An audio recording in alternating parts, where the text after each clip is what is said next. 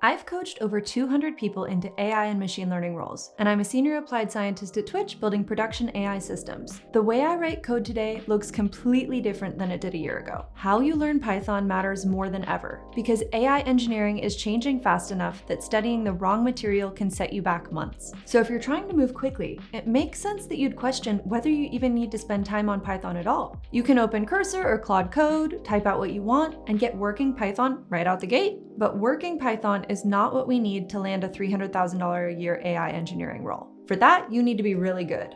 And the main thing I've seen is that AI tools amplify whatever skill you already have. If you're already a strong engineer, AI tools can make you a great one. You can move faster, take on more complex systems, and build things that might have taken a team last year. But if you don't actually know what you're doing, AI just lets you produce bad code real fast. And the worst part is, you rob yourself of the chance to actually ever get good, because you skipped the part where you build strong intuition in the first place. So how do you get good and get good fast? By ignoring anything that doesn't move you towards your goals. If you open any standard complete Python course, you're gonna spend weeks on stuff you'll never actually use as an AI engineer. There's actually a very specific list of things you'll need to perform well in interviews and on the job. When most people think about AI engineering, they think about TensorFlow and PyTorch, but these are libraries for training models from scratch, which actually isn't something you'll do as an AI engineer. Instead, there are basically 4 groups of skills you need solid foundations on first. To get started, you'll need fundamentals of data structures, control flow, and loops. So that's everything from variables to lists,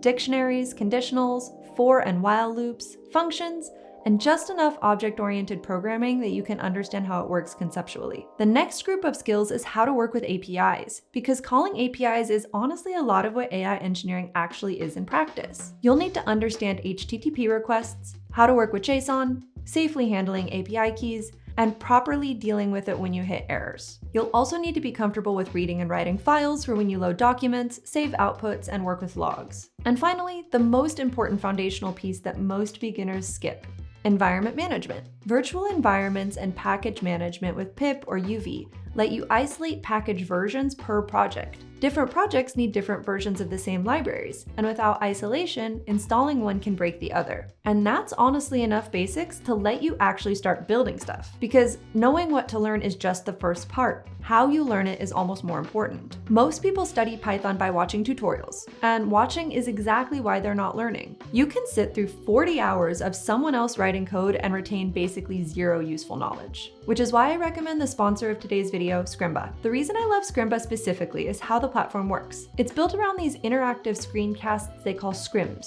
You watch an instructor code, but you can pause at any moment and take over the exact code right inside the player. You can edit it, run it, break it, fix it, and keep going through the content. It's super fun and helps the material stick. You can try out their new Python course for free, and there's a link in the description for 20% off a pro subscription if you ever want to upgrade. Once you can write Python, the next question is what to actually build. And this matters a lot more than people think, because the standard portfolio that you see on most job prep tutorials are usually generic machine learning stuff where you train a simple model, which actually isn't AI engineering at all. What you want to do instead is build projects that are AI engineering specific in a way that improves your skills and gets you job ready bit by bit. So it's just challenging enough to teach you, but also keeps you motivated. Start small. A good first project could just be calling an LLM API. You can write a Python script that takes some text, sends it to a model like GPT or Claude, gets a response back, and does something useful with it. That single project, done well, will teach you most of the skills from the list I just walked through, like JSON, requests, error handling, and environment management. Then here's the trick. You layer complexity little by little. You take that same project and turn it into a RAG app where you let your AI work with your own data instead of just whatever it was trained on. Now you've added in working with vector databases, embeddings, and document chunking. Once that's working, build an LLM judge to evaluate the output of your RAG app. This is where you start learning about evals, which is one of the most in-demand skills for AI engineers right now. And finally, layer agentic behavior on top of all of that.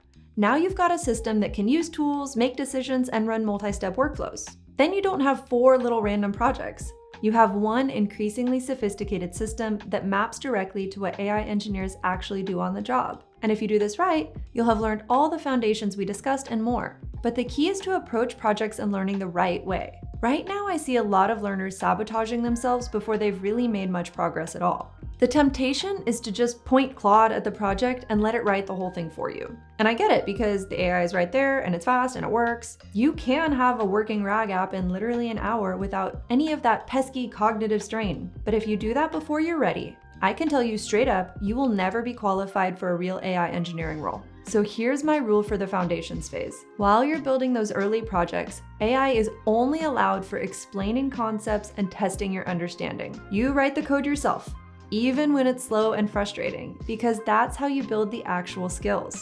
You'll know you're ready to move on from this first phase when 3 things are true. You can read unfamiliar code and explain what it does, you can debug a failing test on your own, and you can reason about data flow and where a system is likely to break. Once you can do all of that, you've earned access to the next step. And this is where you can actually sabotage yourself in the other direction. By the way, if this is the kind of breakdown you want more of, make sure to subscribe.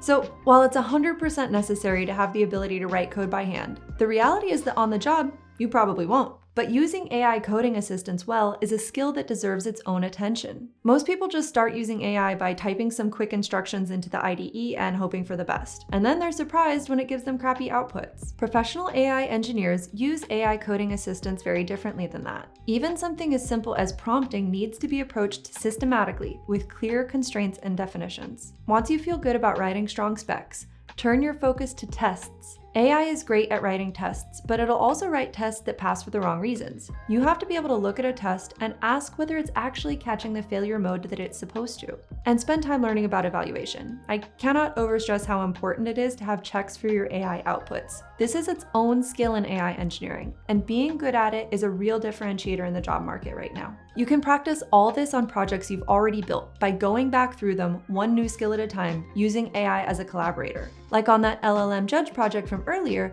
get really specific about what makes a response good, how the LLM should grade, and how you'll evaluate if it's helping your system's performance. As you work with AI, deeply review its code. Honestly, getting really good at code review is probably the most underrated skill on this list. Most of your job as an AI engineer is reviewing what the AI wrote and pushing back where it's wrong.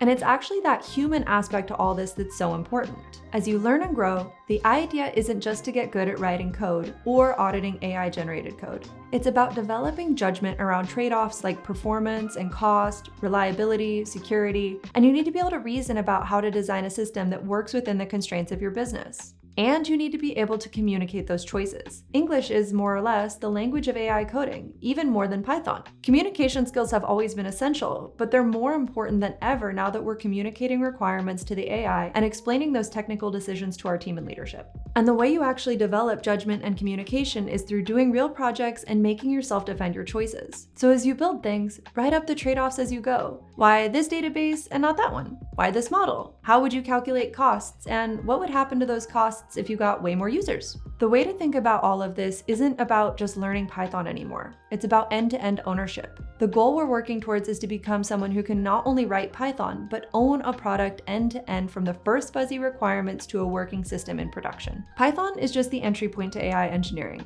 After coaching over 200 people into AI and machine learning roles, I can tell you the actual timeline for becoming a real AI engineer is way longer than most 3-month roadmap videos suggest.